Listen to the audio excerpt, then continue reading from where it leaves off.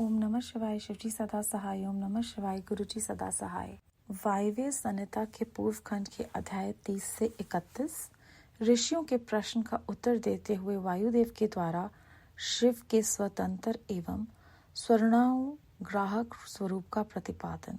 तदनंतर ऋषियों ने कई कारण दिखाकर पूछा, वायुदेव, यदि शिव सदा शांत भाव से रहकर ही सब पर अनुग्रह करते हैं तो सबकी अभिलाषाओं को एक साथ ही पूर्ण क्यों नहीं कर देते? जो सब कुछ करने में समर्थ होगा वह सबको एक साथ ही बंधन मुक्त क्यों नहीं कर सकेगा? यदि कहीं अनादिकाल से चले आने वाले सबके विचित्र कर्म अलग अलग हैं, अतः सबको एक समान फल नहीं मिल सकता, तो ये ठीक नहीं है, क्योंकि कर्मों की विचित्रता भी यहाँ नियमित नहीं हो सकती। कारण कि वो कर्म भी ईश्वर के कराने से ही होते हैं। इस विषय में बहुत कहने से क्या लाभ। उपयुक्त रूप से विभिन्न युक्तियों द्वारा फैलाई गई नास्तिकता जिस प्रकार से शीघ्र ही निवृत्त हो जाए, वैसा उपदेश दीजिए। वायु देवता ने कहा, ब्राह्मणों, आप लोगों ने युक्तियों से प्रेरित होकर जो संशय उपस्थित किया है वह उचित ही है, क्योंकि किसी बात को जानने की इच्छा अथवा तत्व ज्ञान के लिए उठाया गया प्रश्न साधु बुद्धि वाले पुरुषों में नास्तिकता का उत्पादन नहीं कर सकता। मैं इस विषय में ऐसा प्रमाण प्रस्तुत करूंगा जो सत पुरुषों के मोह को दूर करने वाला है। असत पुरुषों का जो अन्यथा भाव होता है उसमें प्रभु शिव की कृपा का अभाव ही कारण है। परिपूर्ण परमात्मा शिव के परम अनुग्रह के बिना कुछ भी कर्तव्य नहीं है, ऐसा निश्चय किया गया है। पूर्वानुग्रह कर्म में स्वभाव ही पर्यंत पूर्णतः समर्थ है, अन्यथा निस्वभाव पुरुष किसी पर भी अनुग्रह नहीं कर सकता। पशु और पाश रूप सारा जगत ही पर कहा गया है। वह अनुग्रह का पात्र है। पर को अनुग्रहित करने के लिए पति की आज्ञा का समन्वय आवश्यक है। पति आज्ञा देने वाला है, वही सदा सब पर अनुग्रह करता है। उस अनुग्रह के लिए ही आज्ञा रूप अर्थ को स्वीकार करने पर शिव प्रतंत्र कैसे कहे जा सकते हैं। अनुग्राहक की अपेक्षा न रखकर कोई भी अनुग्रह सिद्ध नहीं हो सकता। अतः स्वतंत्र शब्द के अर्थ की अपेक्षा न रखना ही अनुग्रह का लक्षण है। जो अनुग्रह है वह प्रतंत्र माना जाता है, क्योंकि पति के अनुग्रह के बिना उसे भोग और मोक्ष की प्राप्ति नहीं होती। जो मूर्ति आत्मा है वे भी अनुग्रह के पात्र हैं, क्योंकि उनसे भी शिव की आज्ञा की निवृत्ति नहीं होती। वह भी शिव की आज्ञा से बाहर नहीं है। यहाँ कोई ऐसी वस्तु नहीं है जो शिव की आज्ञा के अधीन न हो। सकल अर्थात सगुण या साकार होने पर भी जिसके द्वारा हमें निष्कल अर्थात निर्गुण या निराकार शिव की प्राप्ति होती है, उस मूर्ति या लिंग के रूप में साक्षात शिव ही विराज रहे हैं। वह शिव की मूर्ति है। यह बात तो उपचार से कही जाती है। जो साक्षात निष्कल तथा परम कारण रूप शिव हैं, वे किसी के द्वारा भी साकार अनुभव से उपलक्षित नहीं होते। ऐसी बात नहीं है। यहाँ प्रमाण गम्य होना उनके स्वभाव का उपपादक नहीं है। प्रमाण अथवा प्रतीक मात्र से अपेक्षा बुद्धि का उदय नहीं होता। वे परम तत्व के उपलक्षण मात्र हैं। इसके सिवा उनका और कोई अभिप्राय नहीं है। कोई न कोई मूर्ति ही आत्मा का साक्षात उपलक्षण होती है। शिव की मूर्ति है, इस कथन का अभिप्राय यह है कि उस मूर्ति के रूप में परम शिव विराजमान है। मूर्ति उनका उपलक्षण है। जैसे काष्ठ आदि आलंबन का आश्रय ले बिना केवल अग्नि कहीं उपलब्ध नहीं होती, उसी प्रकार शिव भी मूर्ति आत्मा में आरूढ़ हुए बिना उपलब्ध नहीं होते। यही वस्तु स्थिति है। जैसे किसी से ये कहने पर कि तुम आग ले आओ, उसके द्वारा जलती हुई लकड़ी आदि के सिवा साक्षात अग्नि नहीं लाई जाती, उसी प्रकार शिव का पूजन भी मूर्ति रूप में ही हो सकता है, अन्यथा नहीं।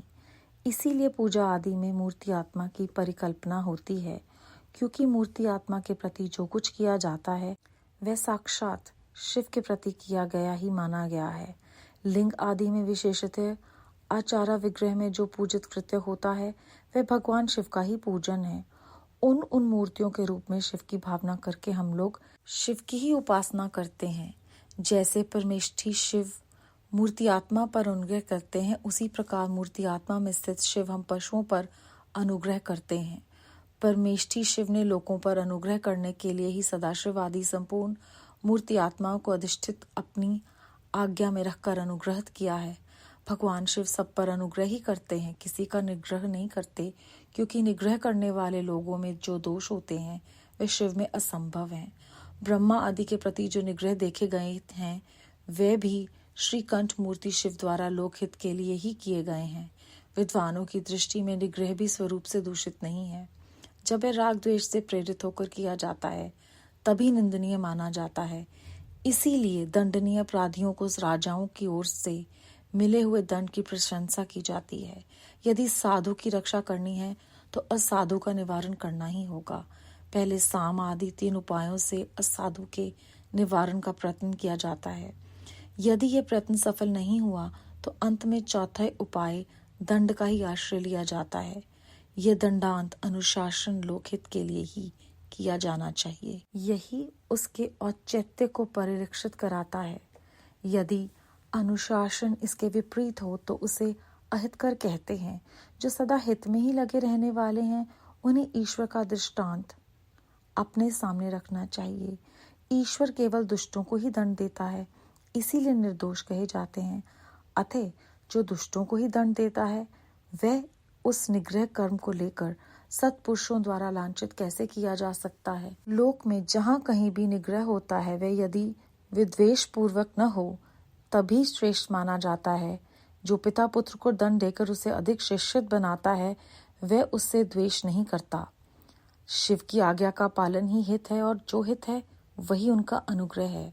अतएव सबको हित में नियुक्त करने वाले शिव सब पर अनुग्रह करने वाले कहे गए हैं। जो उपकार शब्द का अर्थ है उसे भी अनुग्रह ही कहा गया है, क्योंकि उपकार भी हित रूप होता है। अतः सबका उपकार करने वाले शिव सर्वानुग्राहक हैं। शिव के द्वारा जड़ चेतन सभी सदा हित में ही नियुक्त होते हैं, परंतु सबको जो एक साथ और एक समान हित की उपलब्धि नहीं होती है इसमें उनका स्वभाव ही प्रतिबंधक है। जैसे सूर्य अपनी किरणों के द्वारा सभी कमलों को विकास के लिए प्रेरित करते हैं, परंतु वे अपने अपने स्वभाव के अनुसार एक साथ और एक समान विकसित नहीं होते। स्वभाव भी पदार्थों के भावी अर्थ का कारण होता है, किंतु वह नष्ट होते हुए अर्थ को कर्ताओं के लिए सिद्ध नहीं कर सकता। जैसे अग्नि का संयोग स्वर्ण को ही पिघलाता है, कोयले या अंगार को नहीं, उसी प्रकार भगवान शिव परिपक्व मल वाले पशुओं को ही बंधन मुक्त करते हैं, दूसरों को नहीं। जो वस्तु जैसी होनी चाहिए वैसी वह स्वयं नहीं बनती, वैसी बनने के लिए कर्ता की भावना का सहयोग होना आवश्यक है। कर्ता की भावना के बिना ऐसा होना संभव नहीं है। अतः कर्ता सदा स्वतंत्र होता है। सब पर अनुग्रह करने वाले शिव जिस तरह स्वभाव से ही निर्मल हैं, उसी तरह जीव संज्ञा धारण करने वाली आत्माएं स्वभावतः मलिन होती हैं। यदि ऐसी बात न होती तो वे जीव क्यों नियम पूर्वक संसार में भटकते और शिव क्यों संसार बंधन से परे रहते। विद्वान पुरुष कर्म और माया के बंधन को ही जीव का संसार कहते हैं। ये बंधन जीव को ही प्राप्त होता है, शिव को नहीं। इसमें कारण है जीव का स्वाभाविक मल। वह कारणभूत मल जीवों का अपना स्वभाव ही है, आगंतुक नहीं। यदि आगंतुक होता तो किसी को भी किसी भी कारण से बंधन प्राप्त हो जाता। जो ये हेतु है वह एक है, क्योंकि सब जीवों का स्वभाव एक सा है। यद्यपि सब में एक सा आत्मभाव है तो भी मल के परिपाक और अपरिपाक के कारण कुछ जीव बुद्ध हैं, कुछ बंधन से मुक्त हैं। बुद्ध जीवों में भी कुछ लोग लय और भोग के अधिकार के अनुसार उत्कृष्ट और निकृष्ट होकर ज्ञान और ऐश्वर्य आदि की विषमता को प्राप्त होते हैं, अर्थात कुछ लोग अधिक ज्ञान और ऐश्वर्य से युक्त होते हैं तथा कुछ लोग कम। कोई मूर्ति आत्मा होते हैं और कोई साक्षात शिव के समीप विचरने वाले होते हैं। मूर्ति आत्माओं में कोई तो शिव स्वरूप हो 6 अध्वाओं के ऊपर स्थित होते हैं, कोई अध्वाओं के मध्य मार्ग में महेश्वर होकर रहते हैं और कोई निम्न भाग में रुद्र रूप से स्थित होते हैं। शिव के समीपवर्ती स्वरूप में भी माया से परे होने के कारण उत्कृष्ट, मध्यम और निकृष्ट के भेद से 3 श्रेणियां होती हैं। वहां निम्न स्थान में आत्मा की स्थिति है, मध्यम स्थान में अंतरात्मा की स्थिति है और जो सबसे उत्कृष्ट श्रेणी का स्थान है उसमें परमात्मा की स्थिति है। यही क्रमशः ब्रह्मा, विष्णु और महेश्वर कहलाते हैं। कोई वस्तु अर्थात जीव परमात्मा पद का आश्रय लेने वाले होते हैं, कोई अंतरात्मा पद और आत्म पद पर प्रतिष्ठित होते हैं। भगवान शिव तो अनायास ही समस्त पशुओं को बंधन मुक्त करने में समर्थ हैं, फिर वे उन्हें बंधन में डाले रखकर क्यों दुख देते हैं? यहाँ ऐसा विचार या संदेह नहीं करना चाहिए, क्योंकि सारा संसार दुख रूप ही है। ऐसा विचारवानों का निश्चित सिद्धांत है। जो स्वभावतः दुख में है वह दुख रहित कैसे हो सकता है? स्वभाव में उलटफेर नहीं हो सकता। वैद्य की दवा से रोग अरोग नहीं होता। वह रोग पीड़ित मनुष्य का अपनी दवा से सुखपूर्वक उद्धार कर देता है। इसी प्रकार जो स्वभावतः मलन और स्वभाव से ही दुखी है, उन पशुओं को अपनी आज्ञा रूपी औषधि देकर शिव दुख से छुड़ा देते हैं। रोग होने में वैद्य कारण नहीं है, परंतु संसार की उत्पत्ति में शिव कारण है। अतः रोग और वैद्य के दृष्टांत से शिव और संसार के दृष्टांत में समानता नहीं है। इसीलिए इसके द्वारा शिव पर दोषारोपण नहीं किया जा सकता। जब दुख स्वभाव सिद्ध है, तब शिव उसके कारण कैसे हो सकते हैं? जीवों में जो स्वाभाविक मल है, वही उन्हें संसार के चक्र में डालता है। संसार का कारणभूत जो मल अचेतन माया है, वह शिव का सानिध्य प्राप्त किए बिना स्वयं चेष्टाशील नहीं हो सकता। जैसे चुंबक मणि लोहे का सानिध्य पाकर ही उपकारक होता है, लोहे को खींचता है, उसी प्रकार शिव भी जड़ माया आदि का सानिध्य पाकर ही उसके उपकारक होते हैं, उसे सचेष बनाते हैं। उनके विद्यमान सानिध्य को अकारण हटाया नहीं जा सकता। अतः जगत के लिए जो सदा अज्ञात है, वे शिव ही इसके अधिष्ठाता हैं। शिव के बिना यहाँ कोई भी प्रवृत्त चेष्टाशील नहीं होता। उनकी आज्ञा के बिना एक पत्ता भी नहीं हिलता। उनसे प्रेरित होकर ही यहाँ सारा जगत विभिन्न प्रकार की चेष्टाएं करता है, तथापि वे शिव कभी मोहित नहीं होते। उनकी आज्ञा रूपिणी जो शक्ति हैं, वही सबका नियंत्रण करती हैं। उसका सब और मुख है। उसी ने सदा इस संपूर्ण दृश्य प्रपंच का विस्तार किया है, तथापि उसके दोष से शिव दूषित नहीं होते। जो दुर्बुद्धि मानव मोहवश इसके विपरीत मान्यता रखता है, वह नष्ट हो जाता है। शिव की शक्ति के वैभव से ही संसार चलता है, तथापि इससे शिव दूषित नहीं होते। इसीलिए आकाश से शरीर रहित वाणी सुनाई दी, सत्यम ओम अमृतम सौम्य। इन पदों का वहां स्पष्ट उच्चारण हुआ। उसे सुनकर सब लोग बहुत प्रसन्न हुए। उनके समस्त संशयों का निवारण हो गया तथा उन मुनियों ने विस्मित हो प्रभु पवन देव को प्रणाम किया। इस प्रकार उन मुनियों को संदेह रहित करके भी वायुदेव ने ये नहीं माना कि इन्हें पूर्ण ज्ञान हो गया, इनका ज्ञान अभी प्रतिष्ठित नहीं हुआ है। ऐसा समझकर ही वे इस प्रकार बोले। वायु देवता ने कहा, मुनियों, परोक्ष और अपरोक्ष के भेद से ज्ञान दो प्रकार का माना गया है। परोक्ष ज्ञान को अस्थिर कहा जाता है और अपरोक्ष ज्ञान को सुस्थिर। युक्तिपूर्ण उपदेश से जो ज्ञान होता है, उसे विद्वान पुरुष परोक्ष कहते हैं। वही श्रेष्ठ अनुष्ठान से अपरोक्ष हो जाएगा। अपरोक्ष ज्ञान के बिना मोक्ष नहीं होता। ऐसा निश्चय करके तुम लोग आलस्य रहित हो श्रेष्ठ अनुष्ठान की सिद्धि के लिए प्रयत्न करो। अध्याय 30 और 31 समाप्त। इस अध्याय के आरंभ में ऋषियों ने वायुदेव जी से वो सारे प्रश्न पूछे जो कहीं ना कहीं हमारे मन में भी उठते हैं कि जब शिव सब पर अनुग्रह कर देते हैं तो वो एक साथ ही सबको बंधन मुक्त क्यों नहीं कर देते, सबको एक समान फल क्यों नहीं मिलता, और इस विषय में ज्यादा बात कहने से क्या लाभ। फिर वो कहते हैं कि ये सारी बातें जो हैं वो नास्तिकता को बढ़ाती हैं, अब हमें इनसे मुक्त होने के लिए उपदेश दीजिए। वायु देवता जो है वो उनकी प्रशंसा करते हैं और कहते हैं कि तत्व ज्ञान के लिए जब साधु बुद्धि वाले पुरुष जो हैं वो प्रश्न करते हैं तो वो नास्तिकता कभी भी उत्पन्न नहीं कर सकता। इसके विपरीत जो असक्त पुरुषों में कमी है वो शिव जी की कृपा के अभाव के कारण ही है, अन्यथा ऐसा नहीं होता। सारा जो जगत है वो पाश रूप में है और उन्हीं के अनुग्रह का पात्र है। जिस प्रकार पति जो है वो आज्ञा देने पर ही अनुग्रह करता है, उसी प्रकार अनुग्रह की अपेक्षा न रखकर कोई भी अनुग्रह जो है वो सिद्ध नहीं हो सकता। कोई भी वस्तु नहीं है जो शिव जी की आज्ञा के अधीन ना हो। सकल सगुण या साकार होने पर भी हमें निष्कल निर्गुण या निराकार शिव की प्राप्ति होती है। कहते हैं जिस प्रकार किसी के कहने पर कि तुम आग लेकर आओ, वो जलती हुई लकड़ी के द्वारा ही आपको आग दे सकता है, उसके बिना नहीं। इसी तरह मूर्ति आत्मा की परिकल्पना होती है, जो उन्हें दिया जाता है वो शिव के प्रति किया जाता है। उन मूर्तियों के रूप में जब भक्त हैं जो वो शिव जी की उपासना करते हैं, तो वो हम पशुओं पर अनुग्रह करते हैं, वो सब पर एक समान अनुग्रह करते हैं। लेकिन अगर साधु की रक्षा करनी है तो असाधु का निवारण करना है।